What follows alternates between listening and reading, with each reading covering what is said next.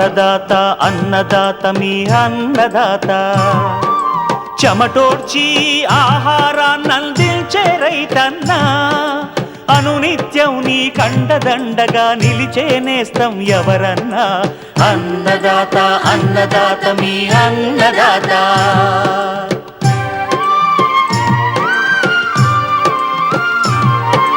నూతన రీతుల సాగుబడికి నూరింతలు పెరిగే దిగుబడికి సూచనలిచ్చే సస్య రక్షణకు పశు పోషణకి శాస్త్ర విజ్ఞానం అందించి ముందుకు నడిపే తెలుగు రైతు భారతదేశానికి మకుటం అయ్యేలా తీర్చిదిద్దే ఆశయంతో మిమ్ము మేలు కొలిపేది అన్నదాత అన్నదాత అన్నదాత మీ అన్నదాత అన్నదాత అన్నదాత మీ అన్నదాత.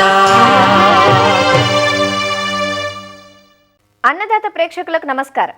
ఈనాటి ముఖ్యాంశాలు: మేలైన దేశీయ ఆవు జాతులు, జాతి లక్షణాలు, చియా పంట సాగులో రైతు అనుభవాలు,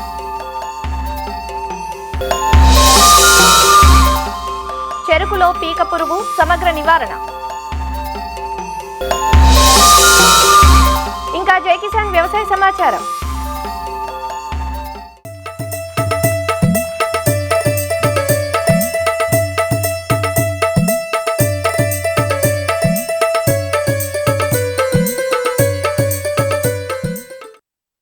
చియా సీడ్స్ ఇటీవలి కాలంలో అత్యంత వేగంగా ఆదరణ పొందిన గింజలు. ఒమేగా-3 ఫ్యాటీ ఆమ్లాలు, పీచు పదార్థం, ప్రోటీన్లు, కాల్షియం అధికంగా ఉండటం వల్ల సూపర్ ఫుడ్గా ఆరోగ్యానికి ఉపయోగకరమని వైద్య నిపుణులు చెబుతుండడంతో చియా గింజలపై వినియోగదారుల్లో ఆసక్తి పెరిగింది. చియా పంటను కర్ణాటక రాష్ట్రంలో రైతులు ఎక్కువగా సాగు చేస్తున్నారు. తెలంగాణ రాష్ట్రంలో సంగారెడ్డి జిల్లాలో గత 2 ఏళ్లుగా రైతులు సాగు చేస్తున్నారని గతంలో అన్నదాత అక్కడి రైతుల అనుభవాలను ప్రసారం చేసింది. ఈ ఏడాది సంగారెడ్డి జిల్లా జహీరాబాద్ ప్రాంతానికి చెందిన యువ రైతు రమేష్ రెడ్డి చియా పంటను సాగు చేశారు. రమేష్ రెడ్డి వైవిధ్యభరితమైన మామిడి రకాలను తెచ్చి సాగు చేస్తుంటారు.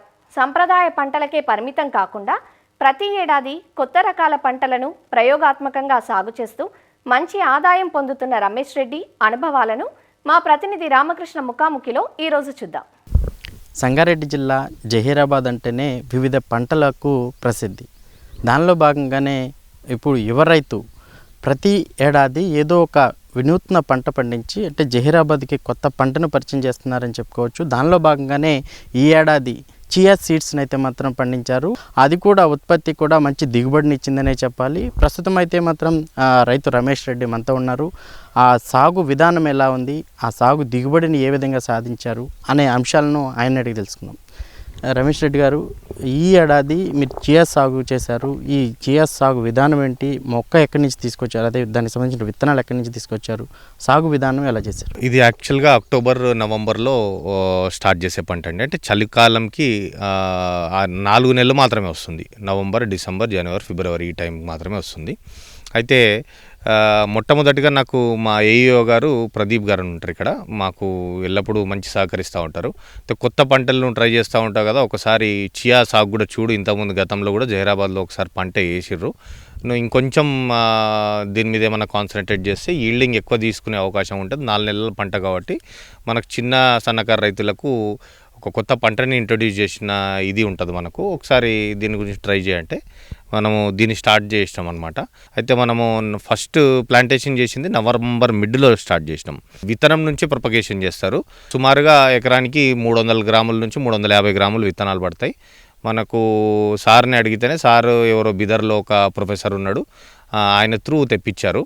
అప్పుడు 750 గ్రాములు మనకి 800-900 రూపాయలకి ఇచ్చారనమాట. ఆ విధంగా సీడ్ తీసుకొచ్చి ఇక్కడ ఫస్ట్ కల్టివేషన్ చేయడం స్టార్ట్ చేసాం. అంటే ఎకరానికి దాదాపు 350 గ్రాములు అంటున్నారు. అంటే ఈ సాళ్లల్లో ఎలా పెట్టారు, ముందుగా దుక్కి దున్నటం, ఈ విత్తు నాటడం వరకు ఆ ప్రాసెస్ ఎలా కొనసాగింది? అన్ని పంటలకు చేసుకున్నట్టుగానే ఈ పంటకు కూడా మనం చేస్తాము. రెగ్యులర్గా దున్నుకోవడం, దున్నిన తర్వాత 4-5 రోజులు గాలారనివ్వాలి. దాని తర్వాత ఒక 5 రోజులు భూమి ఆరిన తర్వాత రోటవేటర్ కొట్టుకొని 4 ఫీట్ల బెడ్ తీసుకున్నాం. అంటే బెడ్కి 4 ఫీట్లు ఉంటాయి. ఒక బెడ్కి ఒక డ్రిప్ పైప్ వేస్తాము. అదే ఒక్క బెడ్కి రెండు సార్లు అరకతోని అంటే ఎడ్లతోని 2 సార్లు కొట్టుకున్నాం. అంటే ఒక బెడ్ మీద 2 సార్లు కొట్టుకొని దాంట్లోనే విత్తులు వేసుకొని దాంట్లోనే మూసేసుకొని పైప్ వేసేసినాం అనమాట. ఈ విత్తులు కూడా చాలా సన్నగా ఉంటాయి కాబట్టి నువ్వుల్లాగా చేతులకు వేస్తే చెమట వచ్చి అతుక్కపోతాయి. అయితే మనం ఏం చేస్తాం, దాంట్లో ఒక 750 గ్రాములు మేము విత్తనాలు తీసుకుంటే దాంట్లో ఒక 2 కిలోలు 3 కిలోలు ఇసుకేసి ఆ ఇసుకతో పాటు వెళ్తే ఏంటంటే పల్చగా పడతాయి అన్నమాట. మెయిన్ ఏంటంటే మొక్కకి గాలి అనేది బాగా తగలాలి. ఇప్పుడు 4 ఫీట్ల బెడ్ వదులుకున్నాం, ఒక బెడ్కి 2 సార్లు వేసుకున్నాం. వెజిటేటివ్ గ్రోత్ ఉన్నప్పుడు మంచి ఎయిర్ సర్క్యులేషన్ కానీ మంచి సన్లైట్ కానీ ప్రొపగేట్ అవుతుంది. వన్స్ ఫ్లవరింగ్ స్టార్ట్ అయిన తర్వాత ఆ ఇబ్బందులు ఏముండవు మళ్ళీ. అయితే చెట్టు ఎదిగేంత వరకు మనకు స్పేసింగ్ అనేది ఇంపార్టెంట్ కాబట్టి ఇష్టం వచ్చినట్టు జల్లుకోకుండా ఒక 300 గ్రాములు సుమారుగా ఎకరానికి జల్లుకుంటే సరిపోతుంది. మేము 750 గ్రాములు 2.5 ఎకరాలకు జల్లుకున్నాం, అయినా కూడా కొంచెం ఒత్తుగానే పడ్డాయి. అంటే దీని ప్రకారం చూసుకుంటే సుమారుగా ఎకరానికి 300 గ్రాముల కంటే ఎక్కువ పట్టదు. మనకి ఎకరానికి సీడ్ ఖర్చు వచ్చేసరికి మనకు ఒక 250 రూపాయలు అవుతుంది అంతే. విత్తనం వేసుకునే దగ్గర నుంచి కూడా ఈ పంట దిగుబడి తీసుకునేటప్పటికి నీటి యాజమాన్య పద్ధతిని ఏ విధంగా ఉపయోగించారు, అలాగే ఎరువులు కావచ్చు, అలాగే పురుగు మందులు కావచ్చు, ఎక్కువగా ఏమేమి వాడుతుంటారు? ఇప్పుడు మీరు కొత్తగా వేశారు కాబట్టి వీటికి పంట సమయంలో ఎలాంటి పురుగులు ఆశించాయి, దానికి మీరు ఎలా అధిగమించారు? ఫస్ట్ ప్లవింగ్ చేసుకున్నప్పటి నుంచి కూడా ఆర్గానిక్ మాన్యూర్ ఈ కోడెరు చల్లుకున్నాం మిగిలింది ఉంటే, బెడ్ తీసినప్పుడు అదే బెడ్ మీదకి కింద గ్యాప్లో ఉన్న ఎరువు కూడా బెడ్ మీదకి వచ్చింది కాబట్టి మంచి బలం అనేది చెట్టుకు వచ్చింది. అది కాకుండా యూరియా ఒక 100 కిలోలు 2.5 ఎకరాలకి యూరియా చల్లుకున్నాము. ఆ సీడ్ వేసుకున్న తర్వాత నీళ్ళు పెట్టిన తర్వాత మనకి ఇనీషియల్గా ఒక కలుపు తీసుకున్నాము. దాని తర్వాత మళ్ళీ ఒకసారి వస్తే రెండో కలుపు తీసుకున్నాము. దీంట్లో ఫంగల్ ఇన్ఫెక్షన్స్ కానీ ఇటువంటి ఏమైతే చాలా తక్కువ, వైరస్ లాంటివి ఏమి రావు. త్రిప్స్ అటాక్ ఎక్కువ వచ్చినప్పుడు అదే మందు స్ప్రే చేసుకున్నాం కాబట్టి ఒక 2 స్ప్రేలు పురుగు మందు కొట్టాల్సి వచ్చింది. సుమారుగా 15,000 నుంచి 20,000 రూపాయలు మందులకే ఖర్చు పెట్టుకోవాల్సి వచ్చింది. పురుగుల మందులు కొట్టినప్పుడు ఈ వాటర్ సాల్యుబుల్ ఫెర్టిలైజర్స్ ఏవైతే ఉంటాయో గ్రోత్కి 19 కానీ టైం టు టైం, మళ్ళీ వెజిటేటివ్ గ్రోత్ ఫ్లవరింగ్ వచ్చినప్పుడు 50 to 34 కానీ లేకపోతే 1261 కానీ 13045, లాస్ట్కి వచ్చేసరికి 0050 ఈ స్ప్రేయింగ్లోనే ఇచ్చుకున్నాం. నీటి యాజమాన్యంకి వచ్చేసరికి అన్ని పంటల్లాగే సాయిల్లో మాయిశ్చర్ ఉంటే సరిపోతుంది, మరీ ఎక్కువ తేమ శాతం ఉండాల్సిన అవసరం లేదు. మనం 3 నుంచి 4 రోజులకు ఒకసారి నీరు పెట్టుకున్నా కూడా సరిపోతుంది. డ్రిప్ పద్ధతిలో ఇచ్చుకుంటే ఇంకా నీరు ఎక్కువ సేవ్ చేసిన వాళ్ళం అవుతాం. సహజంగా ఇది చాలా చిన్నగా ఉంటుంది. పంటని ఎలా కోస్తారు, అలాగే కోసిన తర్వాత దాన్ని రైతు ఎలా సేకరిస్తారు? జనరల్గా 4 నెలలకి పంట చేతికి వస్తుంది. వామ ఏ విధంగా అయితే కల్టివేషన్ చేస్తారో, హార్వెస్టింగ్ చేస్తారో అదే విధంగా చేయాలి. దీన్ని కింది భాగంలో నుంచి కట్ చేసుకొని కుప్పల్లాగా వేసుకొని దాని తర్వాత తీసుకెళ్ళి మిషన్లోకి వేసుకోవాలి. అంటే మిషన్లో ఏముండదు, మళ్ళీ దాంట్లో జాలి సైజు ఉంటుంది. ఈ విత్తనం చిన్నగా ఉంటుంది కాబట్టి చిన్న సైజు జాలి పెట్టుకుంటాము. హార్వెస్టింగ్ చేసేటప్పుడు ఫ్యాన్ అండ్ స్పీడ్ అనేది కొద్దిగా స్లోగా పెట్టుకుంటే ఇత్తులు బయటికి పోకుండా ఉంటాయి. హార్వెస్టింగ్కి ముందు ఒక 15 రోజుల ముందే నీళ్ళనే ఆపేసుకోవాలి. కంప్లీట్గా ఆపేసుకుంటే ఏమవుతుందంటే ఇత్తులో ఉన్న తేమ శాతం అనేది తగ్గిపోతుంది, మాయిశ్చర్ అనేది తగ్గిపోయి దాంట్లో రావాల్సిన ఆయిల్ కంటెంట్ ఏదైతుందో అది బాగా డెవలప్ అవుతుంది. ఎంత డ్రై అవుతే అంటే ఎంత ఎండితే అంత ఇది అవుతుంది. మనకు హార్వెస్టర్లో కూడా ఈజీగా వచ్చే అవకాశం ఉంటుంది. చేలో చూసుకున్నట్లయితే అత్యధిక దిగుబడి కూడా వచ్చినట్లు కనిపిస్తూ ఉంది. ఎకరాకి సహజంగా ఎంత దిగుబడి వస్తుంది, మీకు ఇప్పుడు ఎంత వచ్చిందని ఆశిస్తున్నారు, మార్కెట్లో ధర ఎంత ఉంది? జనరల్గా చూసుకుంటే 5 నుంచి 6 క్వింటాలు వస్తుందని చెప్పేసి ఆన్లైన్లో అయితే ఏ ఇన్ఫర్మేషన్ ఉంది. 4 ఫీట్ డిస్టెన్స్ ఇచ్చుకున్నాం కానీ చాలా ఒత్తుగా కనబడుతుంది, ఎక్కువ దిగుబడి వస్తుందని అనుకుంటున్నాము. నేనైతే 6 క్వింటాల్ అయితే ఎక్స్పెక్టేషన్ ఉంది నాకు ఈసారి. ఇది 6 క్వింటాల్ కనుక వస్తే కనుక రైతులకు, చిన్న సన్నకారు రైతులకు పెద్ద లాభం అనే చెప్పుకోవాలి ఇది. అదేవిధంగా ఇప్పుడు మార్కెట్లో చియా ధర ఎంత ఉంది, ఇప్పుడు ప్రస్తుతం మీకు ఎంత లభిస్తుందండి, ఎవరితో టైఅప్ అయ్యారా, ఈ పంటకు సంబంధించి విక్రయం ఎలా చేద్దాం అనుకుంటున్నారు? మార్కెటింగ్ వరకు వచ్చేసరికి ఏ పంట అయినా కొత్తగా వచ్చినప్పుడు మార్కెట్లో దీని సేల్ అనేది తక్కువనే ఉంటుంది, కన్జంప్షన్ తక్కువ ఉంటుంది కాబట్టి పబ్లిక్లో ఒక అవేర్నెస్ వచ్చేంత వరకు దీన్ని అమ్ముకోవడం అనేది కొంచెం కష్టమనే చెప్పుకోవాలి. ఆల్రెడీ కొన్ని కంపెనీస్ ఏం చేస్తున్నాయి, ఆర్గానిక్ కంపెనీస్ కానీ కొన్ని బ్రాండ్స్ ఏవైతే ఉన్నాయో మార్కెట్లో ఈ చియా సీడ్ కొనేవాళ్ళు సీడ్ ఇచ్చి మళ్ళీ రిటర్న్ కొనుక్కోవడం ఇది చేస్తున్నారు. అది కాకుండా మనం డైరెక్ట్ అమ్ముకోవాలనుకుంటే కూడా శివమొగ్గ మార్కెట్ ఉంది, మధ్యప్రదేశ్లో ఒక మండి ఉంది, అక్కడికి వెళ్ళి అమ్ముకోవచ్చు. హైదరాబాద్ గంజ్లో కూడా 120-130 రూపాయల వరకు రేట్ వస్తుంది. కానీ నేను అంతకు మించి ధరకము, ఎందుకంటే మార్కెట్లో రీటైల్ ప్రైస్ చూసేసరికి 250 రూపాయలకు పావు కిలో తినడానికి ఇస్తున్నారు. అంటే దాంట్లో సగం రేట్ అయినా రైతుకు రావాలి. అంటే 250 రూపాయలు అంటే 120 రూపాయలకు పావు కిలో అన్న రైతుకు రావాలని నా ఉద్దేశం. అయితే నేనేం చేసిన అంటే కొన్ని డ్రై ఫ్రూట్ షాప్స్ని కన్సల్ట్ అయ్యి వాళ్ళకి 250 రూపాయలకు రేటు మాట్లాడుకున్నాను. ఎందుకంటే వాళ్ళకు కూడా మార్కెట్లో 280 రూపాయలకు రేట్ అమ్ముతారంట కేజీ. 250 రూపాయలకు మాట్లాడుకున్నాను. రైతు ప్రయత్నం చేస్తే మినిమం 120 రూపాయల నుంచి మీకు 250 రూపాయలు వచ్చే అవకాశం ఉంది. ఎకరానికి మనకు 5 క్వింటాలు వేసుకున్నా కూడా సగటున మాకు క్వింటాల్కి 10,000 రూపాయల నుంచి 25,000 రూపాయల వరకు వచ్చే అవకాశం ఉంది. వ్యవసాయం వైపు మొగ్గు చూపుతున్న యువతకి మీరు ఎలాంటి సలహాలు సూచనలు ఇస్తారు? యూత్ అగ్రికల్చర్ వైపు రావట్లేదు. మీకు భూములు ఉంటాయి, మీ తాతలకు కానీ మీ తండ్రులకు కానీ భూములు ఉంటాయి, మీరు జాబ్ చేస్తూ కనీసం కొద్ది గొప్ప అగ్రికల్చర్ వైపు వస్తే పాత పద్ధతులు అంటే ట్రెడిషనల్ పద్ధతులు వేసుకునే వరి కానీ పత్తి కానీ చెరుకు కానీ ఇటువంటి సాగు వైపు నుంచి కొత్త పంటలకు వస్తే రైతుకు కూడా అధిక లాభాలు ఉంటాయి. మీరు చేయడము 10 మందికి చూపించడం వల్ల 10 మంది మన వల్ల బతుకుతారు. కాబట్టి యువత అగ్రికల్చర్కి రావాల్సిన అవసరం ఎంతో ఉంది. థ్యాంక్ యూ రమేష్ గారు. 2.5 ఎకరాల్లో అయితే మాత్రం ఈ చియా సీడ్స్ను పండించారు. ఇక్కడ అధిక దిగుబడి పొందిందని కూడా చెప్పుకోవచ్చు. మా నవతరం యువత కూడా టెక్నాలజీని ఉపయోగించి కూడా వ్యవసాయం చేయడం వలన పాత పద్ధతులను వదిలి కొత్త పద్ధతుల్లో తక్కువ సమయంలోనే ఎక్కువ దిగుబడి పొందే అవకాశాలు కూడా ఉన్నాయని చెప్తా ఉన్నారు. అలాగే మార్కెట్లో చియా రేట్లు కూడా ఎక్కువగానే ఉన్నాయి. తక్కువ సమయంలోనే దిగుబడి పొంది పంట నష్టం పోకుండా కూడా రైతులకి ఈ పంట ఊరటనిస్తుందని కూడా ఆయన అభిప్రాయం వ్యక్తం చేస్తున్నారు. కెమెరామెన్ మోముషతో రామకృష్ణ, ఈటీవీ న్యూస్, సంగారెడ్డి జిల్లా, జహీరాబాద్ నుంచి.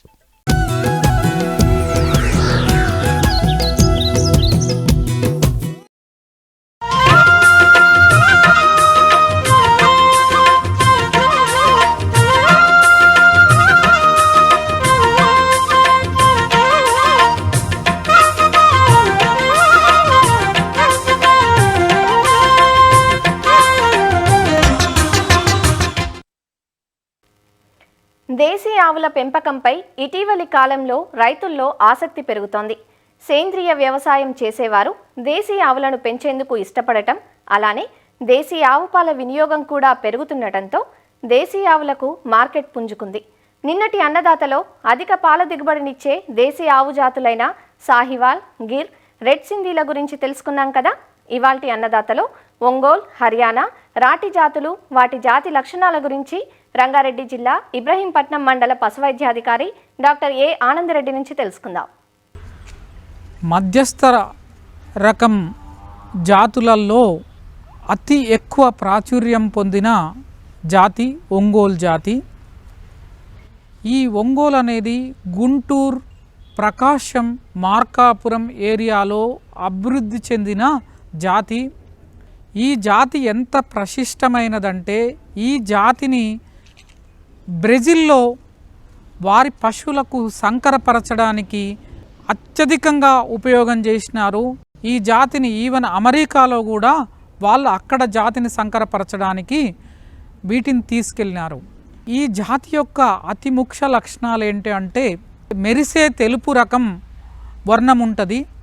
తర్వాత వీటి మగ పశువులలో చూసుకుంటే గంగడోలు, ఊపురము, తర్వాత జాయింట్స్ దగ్గర డార్క్ బ్రౌన్ కలరు ఉంటుంది అన్నట్టు, డార్క్ బ్రౌన్. తర్వాత తోక కుచ్చు కూడా నలుపు వర్ణంలో ఉంటాయి. తర్వాత దీని కాళ్ళు పెద్దగా ఉండి బలిష్టంగా డెక్కెలు ఉంటాయి. తర్వాత దీని కొమ్ములు చూస్తే కొమ్ములు మందంగా పొట్టిగా ఉంటాయి, కొన్నిటికి కిందికి వంపు తిరిగి ఉంటాయి. ఇది ప్రపంచంలో అతి ఎక్కువగా సంకరపరిచిన అంటే మన దేశం నుంచి తీసుకెళ్ళిన జాతులలో ఒంగోలు అనేది అతి ముఖ్యం. తర్వాత దీని కండబట్టి శరీరం మస్కులైన్ ప్రాపర్టీస్ ఎక్కువగా ఉంటుంది. మూపురం అనేది చాలా బలిష్టంగా ఉంటుంది, నిటారుగా ఉంటుంది. దీని నడక ఒక రాజసం ఉట్టిపడేలా ఉంటుంది. పాల దిగుబడి ఒక ఈతలో 800 లీటర్ల నుంచి 1500 లీటర్ల వరకు పాల దిగుబడి ఇస్తుంది. అంటే వెన్న శాతం 4.5% వరకు వెన్న శాతాన్ని కలిగి ఉంటుంది. ఇది ర్యాటీ జాతి. ఇది డ్యూయల్ రకము, అంటే ఇది పనికి మరియు పాల దిగుబడికి పనికి వచ్చే ఆవు జాతి. ఇది రాజస్థాన్ రాష్ట్రంలో అభివృద్ధి చెందిన జాతి.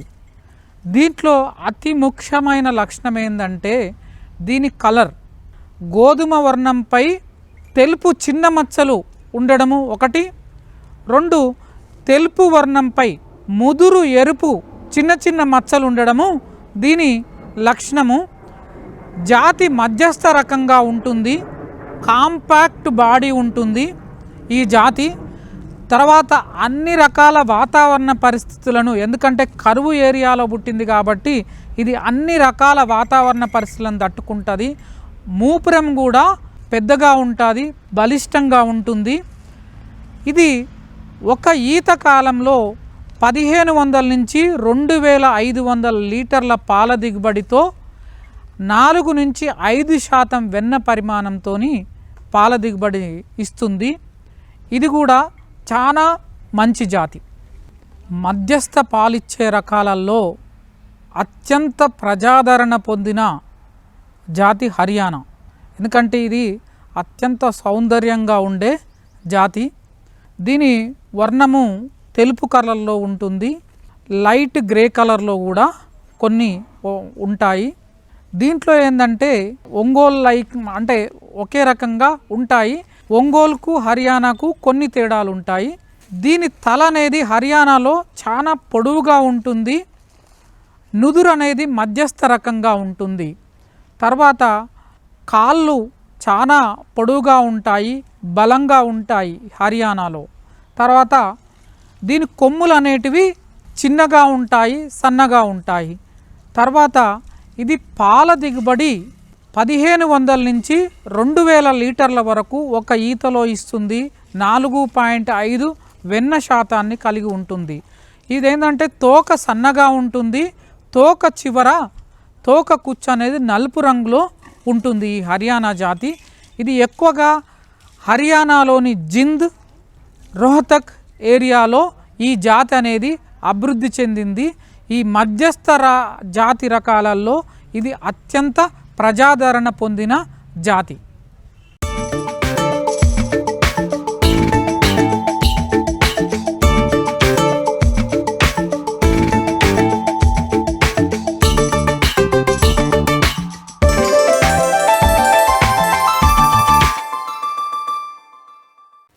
ఉభయ తెలుగు రాష్ట్రాల్లో సాగయ్యే తీపిని పంచే వాణిజ్య పంట చెరకు. ఏటికేడాది ఈ పంట సాగులో ఎదురవుతున్న సమస్యలు రైతులను చెరకు సాగు తగ్గించేలా చేస్తున్నాయి. జనవరి నుంచి మార్చి మధ్య నాటుకున్న చెరకు తోటలు ప్రస్తుతం బాల్యదశలో ఉన్నాయి. చెరకును పీడించే సమస్యల్లో చీడపీడలు కూడా ఒకటి. ముఖ్యంగా వేసవి కాలంలో బాల్యదశలో ఉన్న చెరకు తోటలను పీక పురుగు విపరీతంగా నష్టం చేస్తుంది. లేత దశలో పీక పురుగుగాను, ఆనక కాండం తొలుచు పురుగుగాను మారి చెరకు దిగుబడులను తగ్గించి వేస్తుంది. అందువల్ల పీక పురుగును తొలి దశలోనే నివారించాలి. చెరకులో పీక పురుగు లక్షణాలు, నివారణకు చేపట్టాల్సిన సమగ్ర యాజమాన్యం గురించి ఈరోజు అన్నదాతలో చూద్దాం. నీటి వసతి పుష్కలంగా ఉన్న ప్రాంతాల్లో చెరకును ఎక్కువగా సాగు చేస్తుంటారు. జనవరి నుంచి మార్చి మాసాల మధ్య నాటుకుంటారు. చాలా ప్రాంతాల్లో చెరకు సుమారు 3 నెలల వయస్సులో ఉంది. బాల్యదశలో ఉన్న చెరకు పైరుకు ప్రధాన నష్టం కలిగించేది పీక పురుగు. దీనిని మొవ్వతొలుచు పురుగు అని కూడా అంటారు.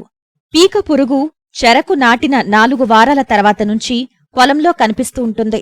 వర్షాధారంగా సాగు చేసిన పొలాల్లో ఈ పురుగు అధికంగా కనిపించినా ఆలస్యంగా నాటిన పొలాల్లో అంటే మార్చి ఏప్రిల్ మాసాల్లో నాటిన పైరులోనూ, కార్సి చేసిన పైరులోనూ ఈ పురుగు ఎక్కువగా కనిపిస్తుంది. అధిక ఉష్ణోగ్రతలు, పంట నీటి ఎద్దడికి గురికావడం, వాతావరణంలో తేమ ఎక్కువగా ఉండటం వంటి కారణాలు పురుగు ఉధృతి పెరగడానికి కారణమవుతుంటాయి. పీక పురుగు తల్లి పురుగులు గోధుమ రంగులోనూ లేదా ఎండుగడ్డి రంగులోనూ ఉండి ఆకుల అడుగు భాగంలో గుడ్లను పెడుతుంటాయి. ఈ గుడ్ల నుంచి వెలువడిన పిల్ల గొంగళి పురుగులు మొక్క మొవ్వులోకి చేరి కాండాన్ని తొలిచి లోపల గుజ్జును తింటూ పెరుగుతాయి. ఇలాంటి మొవ్వులు చనిపోతాయి. పురుగు ఆశించిన మొవ్వులను లాగితే తేలికగా ఊడివస్తాయి. అంతేకాదు వీటినుంచి చెడు వాసన కూడా వస్తుంది. కణుపులు ఏర్పడిన తర్వాత కాండం తొలుచు పురుగుగా మారి కణుపు లోపల తిని అధిక నష్టం కలిగిస్తుంది. దీంతో చెరకు బరువు, నాణ్యత తగ్గుతుంది. పీక పురుగు వల్ల చెరకు దిగుబడిలో 70% వరకు నష్టం వాటిల్లుతుంది. కాబట్టి చెరకు లేత దశలో ఉన్నప్పటినుంచే సమగ్ర నివారణ పద్ధతులు పాటించాలి. వేసవిలో లోతు దుక్కులు చేసుకోవాలి. విత్తనం ఎంచుకునేటప్పుడే ఆరోగ్యకరమైన పంట నుంచి మాత్రమే విత్తన ముచ్చలను తెచ్చుకోవాలి. సిఫార్సు మేరకు మాత్రమే నత్రజని ఎరువులను పంటకు వేసుకోవాలి. మురుగు నీటిపారుదల తోటల్లో సరిగ్గా ఉండేలా చూసుకోవాలి. ఎకరాకు 20,000 ట్రైకోగ్రామా గుడ్డు పరాన్న జీవులను పొలంలో వదలాలి.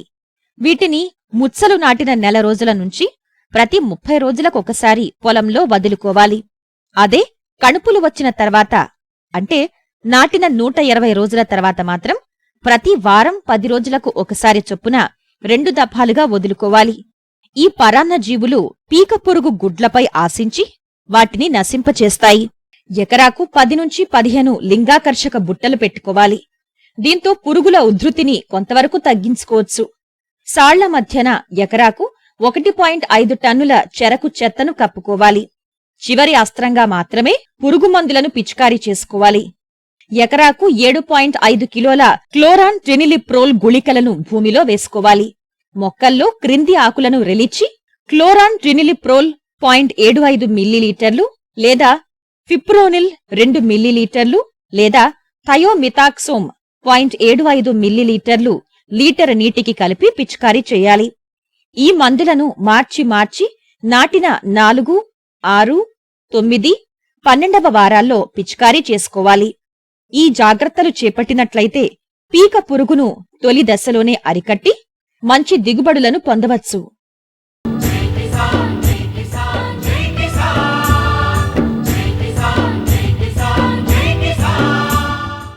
వ్యవసాయ సమాచారం ఇప్పుడు జై కిసాన్లో చూద్దాం.